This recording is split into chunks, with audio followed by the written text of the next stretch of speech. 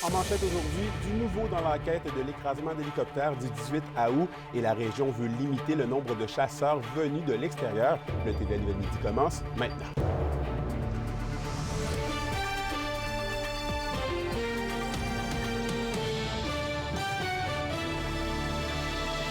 Ici Anthony Dallaire est très heureux de vous retrouver. On débute le bulletin avec ce tragique événement survenu il y a près de 2 semaines. Je parle évidemment de l'écrasement de l'hélicoptère qui s'est produit dans la réserve faunique La Vérendrye. Eh bien, le Bureau de la sécurité des transports du Canada continue de mener l'enquête sur l'événement. Il affirme que le 18 août dernier, un hélicoptère Eurocopter AS-350B2 sous une immatriculation privée effectuait un vol depuis un terrain privé à Mirabel à destination de Launay.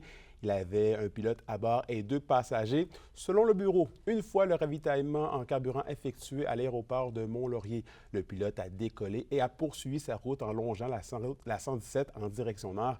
Les conditions météorologiques dans le secteur nord de Mont-Laurier n'étant pas favorables, le pilote s'est posé dans la réserve faunique avant de reprendre son trajet en direction nord. On rappelle que l'hélicoptère a été retrouvé le lendemain matin submergé dans le lac d'Elvert où aucun des occupants n'a survécu. Et en politique provinciale maintenant, le premier ministre François Legault a arrêté son choix sur Christine Fréchette pour reprendre les dossiers de l'économie, de l'innovation et de l'énergie à la suite de la démission de Pierre Fitzgibbon en caucus pré-sessionnel à Rouyn-Noranda hier. Le Parti québécois a réitéré son souhait que l'Abitibi-Témiscamingue ait un ministre responsable qui soit de la députation régionale. La préfète de la MRC de Témiscamingue, Claire Bolduc, souhaitait aussi que le gouvernement Legault profite de ce bouleversement politique pour que soit nommé un député de la région au Conseil des ministres. Nous, ce qu'on souhaite très fortement, c'est qu'enfin, il y ait un ministre issu de la députation régionale qui soit nommé au gouvernement du Québec. Qu'un de nos représentants soit assis au Conseil des ministres et qu'il porte notre voix régionale au Conseil des ministres. Dans le même ordre d'idées, le maire de Témiscamingue, Pierre Gingras, garde le cap, mais surtout ne désespère pas malgré le départ de son plus grand supporter, Pierre Fitzgibbon, dans la relance des usines RIM. Malgré sa surprise, M. Gingras compte bien entrer en contact rapidement avec la super-ministre Christine Fréchette, qui, selon lui, devrait avoir aussi de l'intérêt pour les installations et l'électricité qui peut y être produite. Il reste confiant d'hériter peut-être d'une démarche entamée avec Investissement Québec. Oui, naturellement, on va dire le mot qu'il a employé. Il a amené sa valise avec lui. Sa valise, c'était une personne d'Investissement Québec qui travaille aussi sur le dossier. Donc, c'est un contact qu'on a déjà avec eux autres. Donc, le départ de M. Fitzgibbon ne veut pas dire qu'Investissement Québec ne s'intéresse plus à votre ville et à ses usines. Pas du tout. Dans nos forêts maintenant, la Sûreté du Québec intensifiera ses interventions les 7 et 8 septembre prochains dans les sentiers fédérés et aux abords de ceux-ci. Cela se passe dans le cadre d'une opération nationale concertée récro-touristique ciblant les quadristes ayant un comportement pouvant compromettre leur sécurité et celle des autres usagers. Cette année, le thème de la campagne est « Dans les sentiers et sur le terrain privé en VTT, on fait ça en sécurité ». La capacité de conduite affaiblie et la vitesse sont les principales causes de collisions mortelles en quad. Au cours de l'année 2023, 24 quadistes sont décédés sur le territoire de la Sûreté du Québec et 12 de ces 24 décès impliquent des personnes qui ne portaient pas de casque de sécurité. Et changeons de sujet maintenant, mais restons dans nos forêts puisque Tourisme Abitibi-Témiscamingue et l'Association des pourvoiries de l'Abitibi-Témiscamingue demandent au ministère de l'Environnement, de la lutte contre les changements climatiques, de la faune et des parcs d'améliorer les modalités de mise en valeur et de conservation de l'orignal. C'est qu'en ce moment, de nombreux chasseurs qui habitent la région ne peuvent obtenir de droits de chasse puisque des permis limités ont été remis à des chasseurs qui ne résident pas dans la province. Les 2 organismes demandent donc à Québec de notamment limiter le nombre de chasseurs non résidents à la chasse en pourvoirie ou à des membres de leur famille qui habitent la région. La question du jour TVA, une présentation de Mobilier Bélan qui vous offre depuis plus de 50 ans un service de qualité et un grand choix de matelas, mobilier, électro au prix compétitif que vous recherchez. À la question du jour, on vous demande est-ce que Québec devrait limiter le nombre de chasseurs non résidents de la région à pratiquer sur le territoire? Pour voter et commenter, rendez-vous au tvaabitibi.ca. La saison estivale arrive tout juste à sa fin et l'heure est au bilan sur l'offre touristique autochtone dans la région. Des powwows au lieu historique national au Badjiwan, Fort-Témiscamingue. La région regorge d'options, mais Félix, est-ce que les visiteurs sont au rendez-vous? Eh bien, Anthony, Abitibi-Témiscamingue, Tourisme Abitibi-Témiscamingue me dit que oui.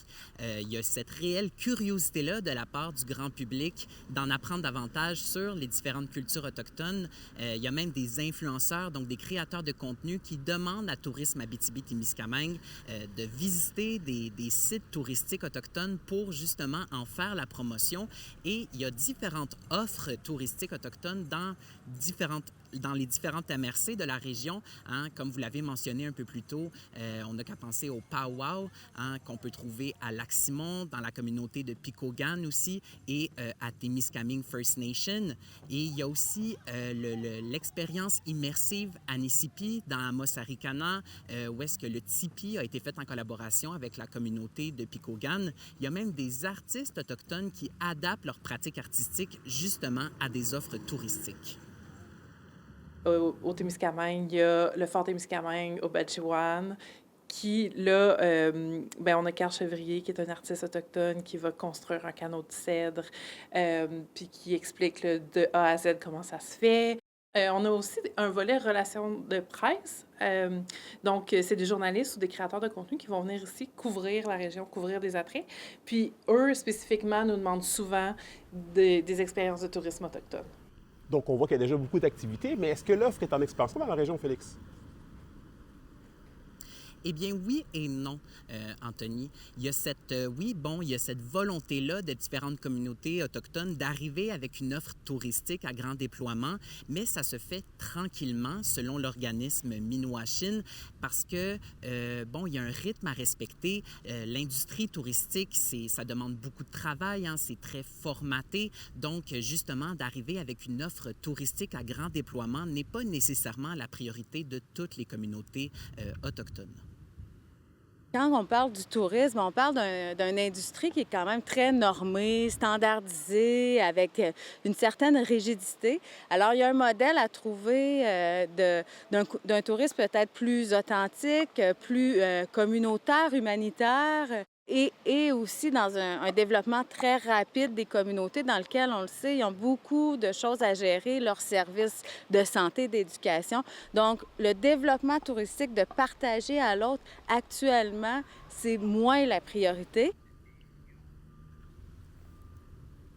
Et ce que Minuashin m'expliquait aussi, Anthony, c'est que présentement, il y a ce besoin-là dans les Premières Nations de sécurisation culturelle. Hein, on a qu'à penser au lieu Kinawit, ici à Val-d'Or, où est-ce qu'au début, c'était censé être un lieu à vocation touristique. Et finalement, ça s'est transformé en un lieu de guérison destiné aux Premières Nations. Oui, merci Félix. Au plaisir. Au culturel maintenant, jusqu'au 6 octobre prochain, l'artiste multidisciplinaire Virginia Pessima-Peyo-Bordelot présente Cible Target au centre d'exposition L'Écart de Rwanda. Cette exposition signe la fin d'une trilogie pour l'artiste sous le thème du sort des femmes autochtones disparues ou assassinées. L'exposition est représentée par des œuvres en tissu, toutes brodées à la main, à la machine à coudre. Chaque pièce est créée sur une cible en bois qui illustre ces animaux. On écoute l'artiste nous en dire plus sur son processus créatif. Alors, la forme ronde rappelle le tambour qui est un objet sacré pour les Autochtones. Mais aussi, le cercle rappelle aussi la terre-mère, l'univers. Alors, j'ai fait d'autres cercles à l'intérieur du grand cercle. Et dans le milieu, il y a un animal qui porte à l'intérieur une forme, soit une forme rouge, une forme orange ou une forme violette. Donc, qui lui porte l'âme de ces personnes et les aide à passer vers l'autre bord, tu vois. C'est pour ça qu'il y a comme une espèce de petit fantôme qui sort de la gueule, si tu veux, de chaque animal. Alors, c'est comme les totems accompagnateurs des personnes décédées qui accompagnent leurs âmes vers l'au-delà. Et au sport, plus précisément en dynamophilie, une athlète de la région continue de briller sur la scène internationale. La Rwandandienne Kala Avorchuk remporte l'argent aux championnats mondiaux juniors de l'International Powerlifting Federation. Elle a également gagné la médaille d'or au deadlift en soulevant 507 livres, établissant un nouveau record canadien. L'athlète remporte aussi le bronze au squat en soulevant 420 livres. La compétition se déroule en Europe à Malte du 28 août au 8 septembre. Et en terminant, c'est ce samedi que se tiendra la journée des parcs nationaux. Et pour l'occasion, des activités sont prévues au parc Opémican et celui d'Aiguebelle. Au parc d'Opémican, la population pourra faire une randonnée de 1,7 km guidée par une garde-parc naturaliste. Pour le parc d'Aiguebelle, il y aura l'activité Odyssée en Rabasca pour profiter des paysages et le rallye sur le castor pour en apprendre davantage sur l'animal emblème. Pour une nouvelle importante à nous communiquer, contactez-nous. Nouvelle au pluriel @rncmedia.ca, par téléphone 1-866 463 4636 et notre site web tvabitibi.ca.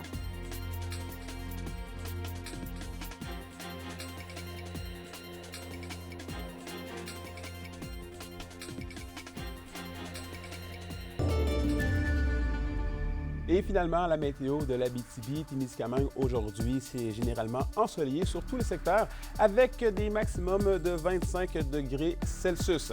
Et pour ce soir et cette nuit, on prévoit quelques nuages et des minimums de 13 degrés Celsius. Merci d'avoir été des nôtres ce midi. N'oubliez pas qu'on est sur YouTube et sur X, TVA Abitibi-Témiscamingue. Si vous voulez aller voir ou revoir les reportages et les bulletins de nouvelles, nous, on se retrouve au TVA 18h pour la suite des choses. D'ici là, je vous souhaite de passer une agréable journée.